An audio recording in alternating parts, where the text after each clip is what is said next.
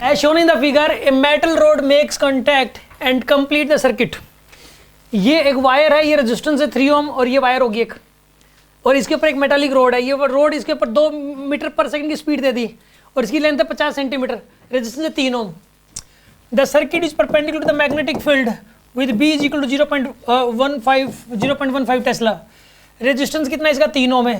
Force needed to move the rod as indicated with constant speed of 2 metre per second.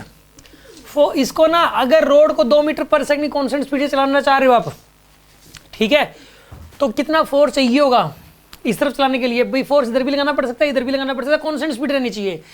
देखो magnetic force देखना पड़ेगा, इस पे किधर लगेगा. मैग्नेटिक फोर्स अगर इधर लगेगा तो एजेंट का फोर्स इधर लग जाएगा, और मैग्नेटिक फोर्स इधर लगेगा तो एजेंट को फोर्स इधर लगाना पड़ेगा. और कितना लगाना पड़ेगा? मैग्नेटिक फोर्स के बराबर, ताकि नेट फोर्स 0 हो जाए और कांस्टेंट स्पीड से रोड जाती रहे. ठीक है ना. मैं आपको पहले तो एक बात बता दूं, ये डायनामिक्स की बात है. अगर एक ब्लॉक मान लो जा रहा है 5 मीटर पर सेकंड से जा रहा है, कितने जा रहा है? स्मूथ सरफेस के ऊपर, स्मूथ सरफेस से 5 मीटर पर सेकंड जा रहा है, तो इसकी स्पीड ना तो अपने आप घटेगी ना अपने आप बढ़ेगी, ना तो स्पीड अपने आप घटेगी ना बढ़ेगी.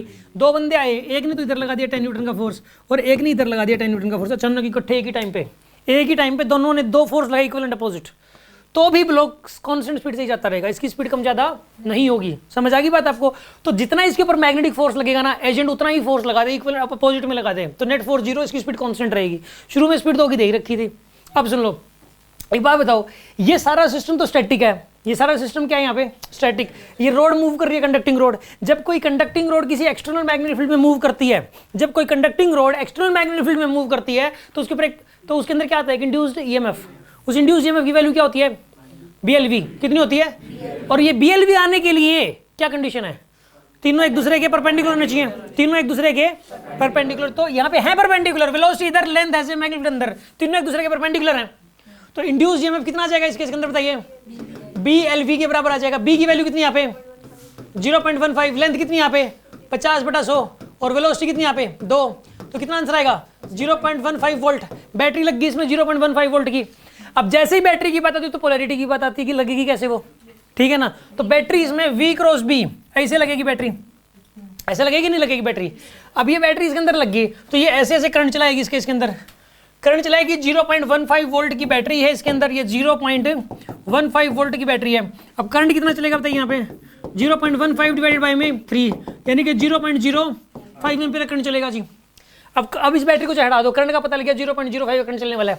करंट कितना चलने वाला है? 0.05 का. ऐसे ऐसे चलने वाला है करंट. मान के बात को. अब एक बात बताइए, अगर इसके अंदर करंट चल रहा है तो करंट कैरी, इसके ऊपर मैग्नेटिक फोर्स लगेगा ना? लगेगा. रोड के ऊपर, इसके ऊपर जो लगेगा उसको छोड़े तो फिक्स है. हमें तो रोड का चेक करना है, रोड मूव कर रही है यहाँ पे, रोड को चलाना था. ये तो बाकी तो सारी चीजें फिक्स कर रखी है आपने. तो रोड जा रही है, रोड के ऊपर बताइए कितना लगता है? फॉर्मूला क्या होता है रोड के ऊपर मैग्नेटिक फोर्स का? ILB sin theta. थीटा तो अक्सर 90% क्वेश्चन में थीटा की वैल्यू 90 होती है. 90% क्वेश्चन में थीटा की वैल्यू 90 होती है, तो मैग्नेटिक फोर्स ILB लगाना आपको. तो यहाँ पे भी 90 है. ये 90 डिग्री एंगल किस के बीच का होता है? लेंथ और मैग्नेटिक फील्ड के बीच का. लेंथ ऐसे है, मैग्नेटिक फील्ड ऐसे, एंगल 90 डिग्री. ठीक है ना. तो ILB लगाओगे. I की वैल्यू कितनी है? 0.05. लेंथ कितनी यहाँ पे? 1/2. मैग्नेटिक फील्ड कितना यहाँ पे? 0.15. सोल्व कर लो यार, आंसर आ जाएगा.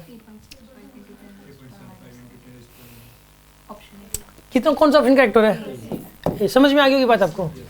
एक बहुत ही स्टैंडर्ड क्वेश्चन था ये वाला, ठीक है ना. एग्जाम में इसका आना एक बहुत ही नॉर्मल बात है.